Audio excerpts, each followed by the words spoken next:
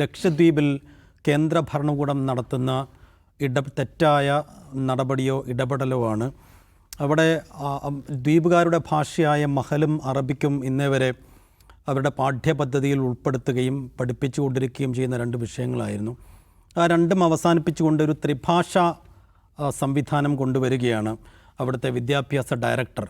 എന്ന് വെച്ചാൽ അവിടെ ഇനി മലയാളം, ഇംഗ്ലീഷ്, ഹിന്ദി ഈ 3 ഭാഷകൾ മാത്രമേ പഠിപ്പിക്കാവൂ. അവരുടെ സ്വന്തം ഭാഷയായ പ്രാദേശിക ഭാഷയായിരുന്ന മഹലും അറബിക്കോ ഇനി മുതൽ അവിടെ പഠിപ്പിക്കില്ല എന്നൊരു തീരുമാനം കൈക്കൊള്ളുമ്പോൾ ദ്വീപുകാർക്കിടയിൽ അത് വലിയ ആശങ്ക വിതറുകയാണ്. വലിയ പ്രതിഷേധം അവിടെയുണ്ട്. അവരുടെ MP കോടതിയിലേക്ക് പോവുകയാണ്. അത്തരത്തിലുള്ളൊരവസ്ഥ ദ്വീപിൽ നിലനിൽക്കുമ്പോൾ ആ വിഷയം എങ്ങനെ കൈകാര്യം ചെയ്യണം, എങ്ങനെ കാണണമെന്ന് കൂടി സംസാരിക്കുകയാണ്. ദാവൂദ് സാഹിബ്, നിരന്തരം BJP സർക്കാരിൻ്റെ ഇടപെടലുകൾ പല വഴിക്കും ദ്വീപിലുണ്ടായിട്ടുണ്ട്. വിദ്യാഭ്യാസ മേഖലയിൽ ഈ മഹലും അറബിക്കും ഒഴിവാക്കുന്ന ഈ നടപടി എങ്ങനെ കാണണം? ഇതിന് 2 ആസ്പെക്റ്റ് ഉണ്ട്. ഒന്നെന്ന് വെച്ചാൽ ഈ ലക്ഷദ്വീപിനെതിരായിട്ട് കഴിഞ്ഞ കുറച്ച് വർഷങ്ങളായിട്ട്, കുറച്ച് വർഷം എന്ന് പറഞ്ഞാൽ കൃത്യമായിട്ട് 2020 ഡിസംബർ 5-നാണ് അവിടെ ഖോഡ പട്ടേൽ പ്രദീപ് ഖോഡ പട്ടേൽ എന്ന് പറഞ്ഞിട്ട് ഒരു അഡ്മിനിസ്ട്രേറ്റർ, അയാൾ BJPയുടെ MLA ഒക്കെ ആയിരുന്നു ഗുജറാത്തിൽ, അമിത്ഷായുടെ വളരെ അടുപ്പക്കാരനാണ്. അദ്ദേഹത്തെ ഈ ലക്ഷദ്വീപ് അഡ്മിനിസ്ട്രേറ്ററായിട്ട് നിയമിക്കുന്നത്. ലക്ഷദ്വീപിൽ ഭരണം ഒരു സിവിൽ ഗവൺമെൻറ് അല്ല, മനസ്സിലാക്കണം. കേന്ദ്രം നിശ്ചയിക്കുന്ന അഡ്മിനിസ്ട്രേറ്ററാണ് ഭരിക്കുന്നത്.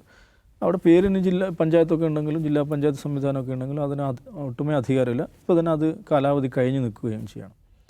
അപ്പോൾ ഇദ്ദേഹം അവിടെ നിയമിക്കപ്പെട്ടതിന് ശേഷം നടപ്പിലാക്കിയിട്ടുള്ള നിരവധി നടപടികൾ എന്ന് പറഞ്ഞാൽ നിസ്സാരമായ കാര്യങ്ങൾ,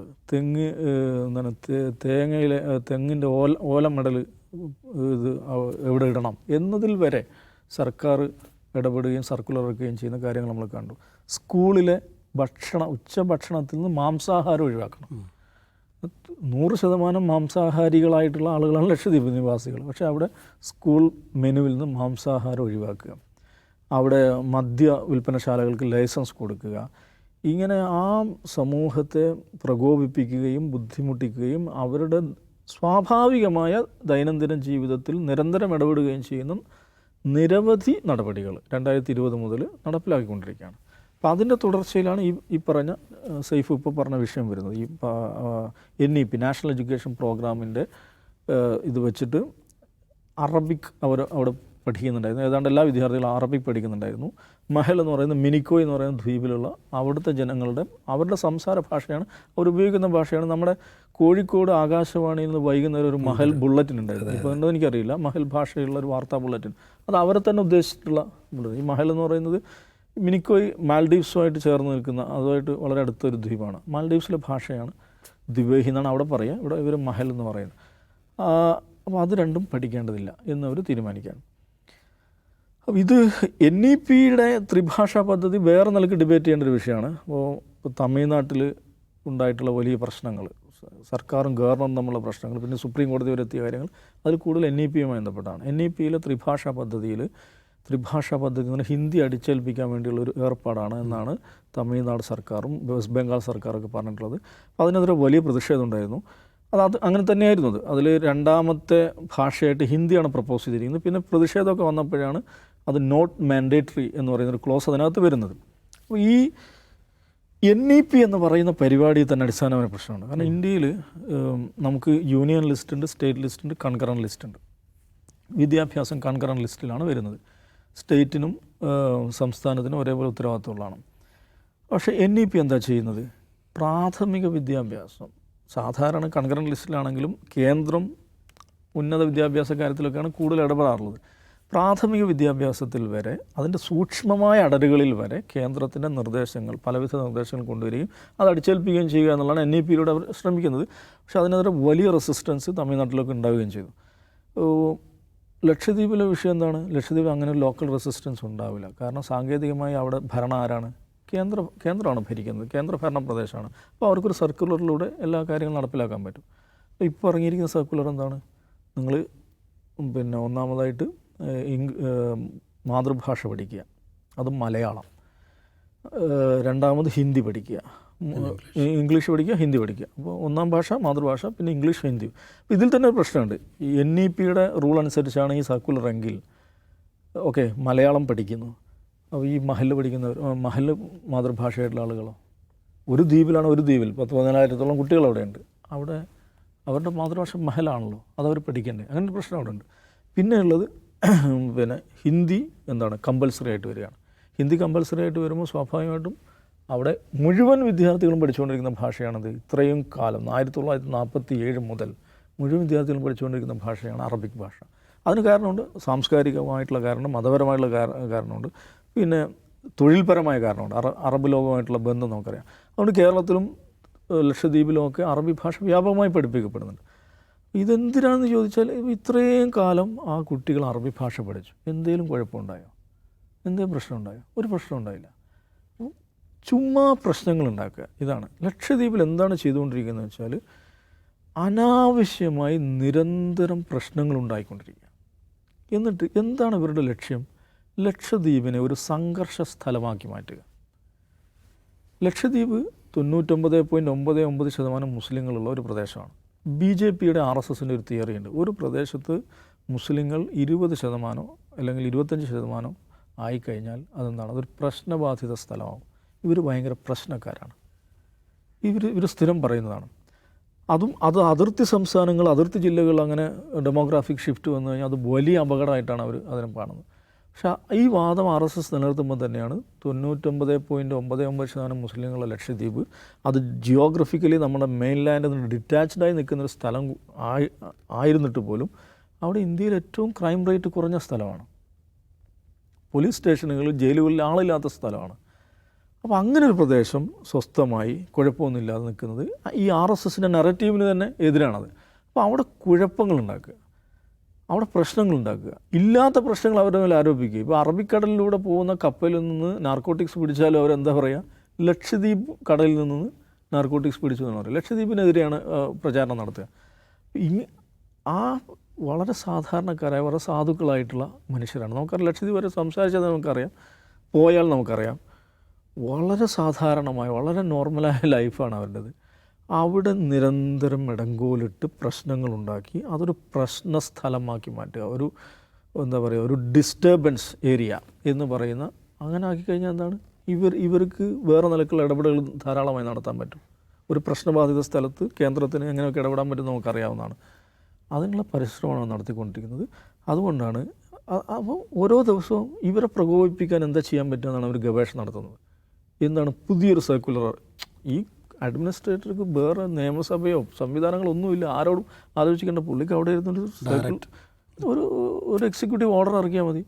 ഓരോ ദിവസവും ഇങ്ങനെ വിചിത്രമായ ഉത്തരവുകൾ ഇറക്കിക്കൊണ്ടിരിക്കുക, ആ ജനതയെ പ്രകോപിപ്പിക്കുക. അവരെ യഥാർത്ഥത്തിൽ ഇവർ ദേശീയോത്ഗ്രഥനത്തിൻ്റെ ആളുകളല്ല. ഇവരെന്താ ചെയ്തുകൊണ്ടിരിക്കുന്നത്? ദേശീയോത്ഗ്രഥനത്തിന് വിരുദ്ധമായ പണിയാണ് എടുത്തുകൊണ്ടിരിക്കുന്നത്. ആ ജനതയെ ദേശീയ മുഖ്യധാരയിൽ നിന്ന് അകറ്റുകയാണ് ചെയ്തുകൊണ്ടിരിക്കുന്നത്. ഒരു പ്രശ്നവുമില്ലാതെ അവർ പിന്തുടർന്നു വന്നിരുന്ന അവരുടെ വിദ്യാഭ്യാസ നയം, വിദ്യാഭ്യാസ രീതി, അതിനെ മേലെ ഇടംകൊള്ളിടുകയാണ്. പ്രശ്നങ്ങളുണ്ടാക്കുക എന്നുള്ളത് മാത്രമാണ് ഇതിൻ്റെ ലക്ഷ്യം എന്ന് പറയുന്നത്. അജിംസ്, ദ്വീപിലെ വിദ്യാഭ്യാസ മേഖലയിൽ ഈ അടിച്ചേൽപ്പിക്കുന്ന നടപടികളുടെ ലക്ഷ്യം എന്തായിരിക്കും? അല്ലേ, ദ്വീപിൽ കുറേയധികം പ്രശ്നങ്ങളുണ്ട്. ഇപ്പോൾ ഈ എന്ത് ഘോടാ പട്ടേല, പ്രഫുൽ കോടാൽ പട്ടേൽ, ഈ മനുഷ്യൻ വന്നതിന് ശേഷമാണ് ഈ പ്രശ്നം മുഴുവൻ ഉണ്ടാകുന്നത്. അയാൾ ഇവിടെ മാത്രമല്ല പ്രശ്നം ഉണ്ടാക്കിയിട്ടില്ല. അയാൾ ഇതിനു മുമ്പ് ഈ ദമൻ, ദാദ്ര നഗർ ഹവേലി പോലുള്ള കേന്ദ്രഭരണ പ്രദേശങ്ങളുടെയും അഡ്മിനിസ്ട്രേറ്ററായിരുന്നു. സാധാരണ ഈ കേന്ദ്രഭരണ പ്രദേശങ്ങൾ, ഈ പറയുന്ന ദമനിലും ദാദ്ര നഗർ ഹവേലിയിലും ഒക്കെ സാധാരണ IAS-കാരാണ്. നമ്മുടെ കണ്ണൻ ഗോപിനാഥനൊക്കെ അവിടുത്തെ അഡ്മിനിസ്ട്രേറ്ററായിരുന്നു. അയാൾ രാജിവെക്കുന്നതിന് തൊട്ട് മുമ്പ് വരെ സാധാരണ IAS-കാരാണ് വയ്ക്കാറ്. പക്ഷേ BJP സർക്കാർ ഈ രാഷ്ട്രീയക്കാരെ, ഇയാൾ പഴയ ഗുജറാത്ത് മന്ത്രിയാണ്, രാഷ്ട്രീയക്കാരെ ഇതിനുവേണ്ടി നിയോഗിക്കുന്നതിന് അവരുടേതായ അജണ്ടയുണ്ട്. ആ അജണ്ട ദാദ്രയിലും ദമനിലും നടപ്പാക്കിയിട്ടാണ് അദ്ദേഹം ലക്ഷദ്വീപിൻ്റെ കൂടി ചുമതലയേറ്റെടുക്കുന്നത്. ദമൻ എന്ന് പറഞ്ഞാൽ ക്രിസ്ത്യൻ മൈനോറിറ്റി കൂടുതലുള്ളൊരു കേന്ദ്രഭരണ പ്രദേശമാണ്, ഗോവയുടെ ഭാഗമായിരുന്നു. ഈ ദമനിൽ ഇദ്ദേഹം ചെയ്തെന്താണെന്നറിയാം, അവിടെ മത്സ്യത്തൊഴിലാളികളായ ആളുകളാണ്, ട്രൈബൽ പദവിയുള്ള, അതായത് ആദിവാസികളായ മത്സ്യത്തൊഴിലാളികളാണ് അവിടെ ബഹുഭൂരിഭാഗവും. അവരിൽ ബഹുഭൂരിഭാഗവും ക്രിസ്ത്യൻസുമാണ്. ഇവരുടെ മത്സ്യബന്ധന മേഖലയും ഇവർ താമസിക്കുന്ന സ്ഥലങ്ങളും മുഴുവനായിട്ട് എവിക്റ്റ് ചെയ്തു. നമ്മുടെ ഈ ബുൾഡോസർ രാജൊക്കെ അവിടെ ഉണ്ട്, അവിടെ നടപ്പാക്കി കഴിഞ്ഞാണ് അതിനുശേഷമാണ് യോഗിയൊക്കെ അങ്ങോട്ട് വരുന്നത്. യോഗി ബുൾഡോസർ രാജയൊക്കെ വരുന്നത്. ബുൾഡോസർ രാജ് നടപ്പാക്കി അതിനെതിരെ പ്രൊട്ടസ്റ്റ് ചെയ്ത മുഴുവൻ മനുഷ്യരെയും പാർപ്പിക്കാൻ ദമനിൽ ജയിലില്ല. ലക്ഷദ്വീപിൽ ജയിലെങ്കിലും ഉണ്ട്, അവിടെ ഇടാനുള്ള എന്നുള്ളത്. ദമനിൽ ജയിലില്ല. ജയിലില്ലാഞ്ഞിട്ട് അവിടെ ഒരു സ്കൂള് പുള്ളി ഏറ്റെടുത്ത് ജയിലാക്കി മാറ്റി അവിടെയാണ് തടവിലാക്കിയത്. അങ്ങനത്തെ മനുഷ്യനാണ്. ദാദ്ര നഗർ ഹവേലി വേറെ കഥയാണ്. ദാദ്ര നഗർ ഹവേലിയിലെ കഥ സേവിന് ഓർമ്മയുണ്ടോയെന്ന് അറിയില്ല. ഒരു കോവിഡ് കഴിഞ്ഞിട്ട് ഒരു 3 വർഷം മുമ്പ് ഈ സിൽവാസ എന്ന് പറഞ്ഞ സ്ഥലമാണ് ദാദ്ര നഗർ ഹവേലിയുടെ ഒരു തലസ്ഥാനം എന്ന് പറയുന്ന സ്ഥലം. അവിടെ നിന്നൊരു MP ഉണ്ടായിരുന്നു, മോഹൻ ഭായ് ദേൽക്കർ എന്നാണ് പേര്. അയാൾ ബോംബെയിൽ പോയിട്ട് സൂയിസൈഡ് ചെയ്തു. എന്നിട്ട് അതിലൊരു സൂയിസൈഡ് നോട്ട് എഴുതി വെച്ചു, ഞാൻ BJPയുടെ വേട്ടയാടലിന് ഇരയാണ് എന്ന് പറഞ്ഞുകൊണ്ട്. അയാളൊരു കോൺഗ്രസ്സുകാരനായിരുന്നു, ഇടക്കാലത്ത് BJP പോയി, പിന്നെ BJP വിട്ടിട്ട് അയാളൊരു ആദിവാസി മനുഷ്യനാണ്. അവിടുത്തെ ഈ ദാദ്ര നഗർ ഹവേലിയും ആദിവാസികൾക്ക് പ്രാമുഖ്യമുള്ള ഒരു സ്ഥലമാണ്. അയാളൊരു ആദിവാസി നേതാവായിരുന്നു. ഞാനത് അയാളെ നേരിട്ട് കണ്ടിട്ടുണ്ട്. നല്ല ഹൈറ്റൊക്കെ ഉള്ള, അവിടെ ഈ വലിയ ഇൻഡസ്ട്രിയലിസ്റ്റുകളും അതുപോലെ ഈ എന്താണ് പറയുക ഒളിഗാർക്കിയും വലിയ തോതിലുള്ള സ്ഥലമാണ്. അപ്പോൾ അവരോടൊക്കെ ഫൈറ്റ് ചെയ്ത് നിന്ന്, ആദിവാസികൾക്ക് വേണ്ടി ഫൈറ്റ് ചെയ്ത് നിന്നൊരു മനുഷ്യനാണ്. അയാൾ അവിടുത്തെ MP ആയിരുന്നു, പലതവണ MP ആയിരുന്നു. അയാൾ സ്വന്തമായിട്ട് പാർട്ടിയൊക്കെ ഉണ്ടാക്കിയാണ് ലാസ്റ്റ് മത്സരിച്ചത്. അയാൾ പോയി ബോംബെ പോയി ആത്മഹത്യ ചെയ്തു, ഇവരോട് പോരടിച്ച് നിൽക്കാൻ പറ്റാത്തതുകൊണ്ട്. അപ്പോൾ അത്രയും പ്രശ്നമുള്ള സ്ഥലത്തു നിന്നാണ് അയാൾ ലക്ഷദ്വീപിലേക്ക് വരുന്നവർക്കായി. കാരണം ഈ ദമനിലും ദാദ്ര നഗർ ഹവേലിയിൽ നിന്നും വാർത്തയൊന്നും പുറത്തു വരില്ല, ഗുജറാത്തിൽ നിന്നേ വാർത്ത വരില്ല, ഗുജറാത്തിൻ്റെ ഭാഗത്തു നിന്നും വാർത്ത വരില്ല.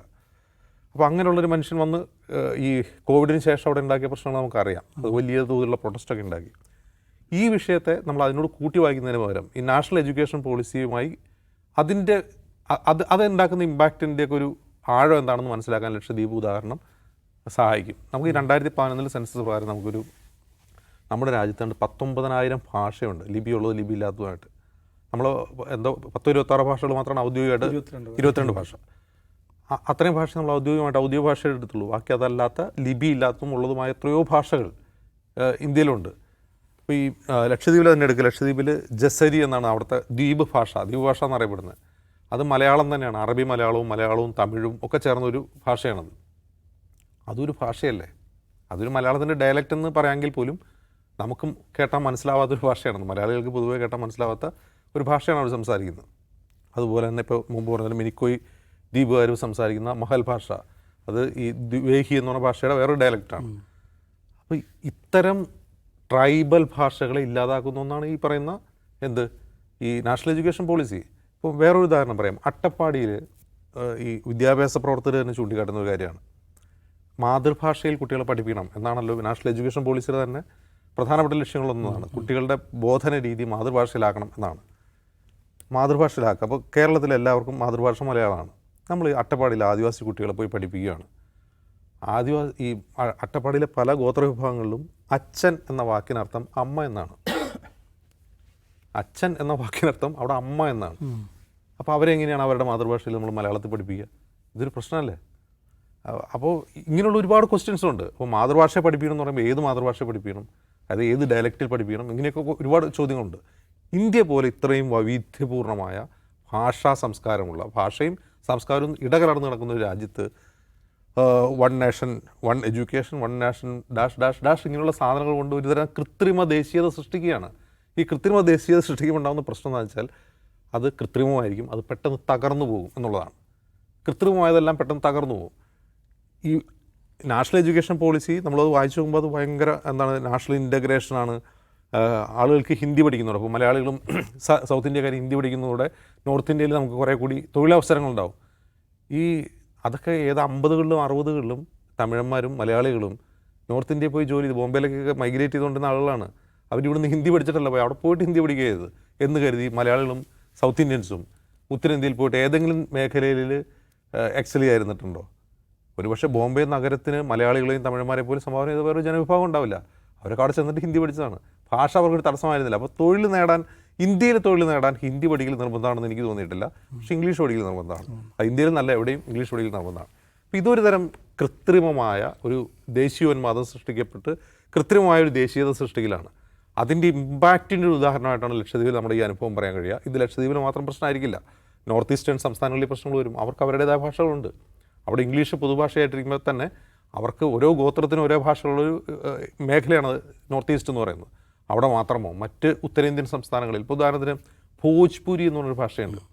ഭോജ്പുരിയിൽ സിനിമകൾ ഇറങ്ങുന്നുണ്ട്, ഗാനങ്ങൾ ഇറങ്ങുന്നുണ്ട്, നാടോടി ഗാനങ്ങളുണ്ട്. ഈ ഭോജ്പുരി എവിടെയെങ്കിലും ആരെങ്കിലും അംഗീകരിക്കുന്നതായിട്ടുണ്ട്? അതായത് ബീഹാറിൻ്റെയും UPയുടെയും മധ്യപ്രദേശിൻ്റെയും ഒക്കെ ആ പറയുന്ന ഒരു ഇൻ്റർജങ്ഷൻ ഉണ്ടല്ലോ, ആ മേഖലയിൽ ധാരാളമായി ഉപയോഗിക്കുന്ന ഗാനങ്ങൾക്ക് വൻ വ്യൂസുമാണ്. ആ ഏരിയയിൽ വലിയ വിഭാഗം ജനങ്ങൾ പറയുന്ന ഭാഷയാണ് ഭോജ്പുരി. അതിനെ ആരെങ്കിലും ഇവിടെ അംഗീകരിക്കുന്നുണ്ടോ? ഹിന്ദിയായിട്ട് സാമ്യമുള്ള ഭാഷയാണ്. അപ്പോൾ ഇങ്ങനെയുള്ള ഒരുപാട് ഭാഷകൾ തമസ്കരിക്കപ്പെടുകയും അതുവഴി എന്താ ഉണ്ടാവുക എന്ന് വെച്ചാൽ അസംതൃപ്തി പടരുകയും രാജ്യത്ത് കുഴപ്പങ്ങൾ ഉണ്ടാകുകയും ചെയ്യും. അതായിരിക്കും ചിലപ്പോൾ ഒരുപക്ഷെ ഭരണകൂടം ആഗ്രഹിക്കുന്നുണ്ടാവുക.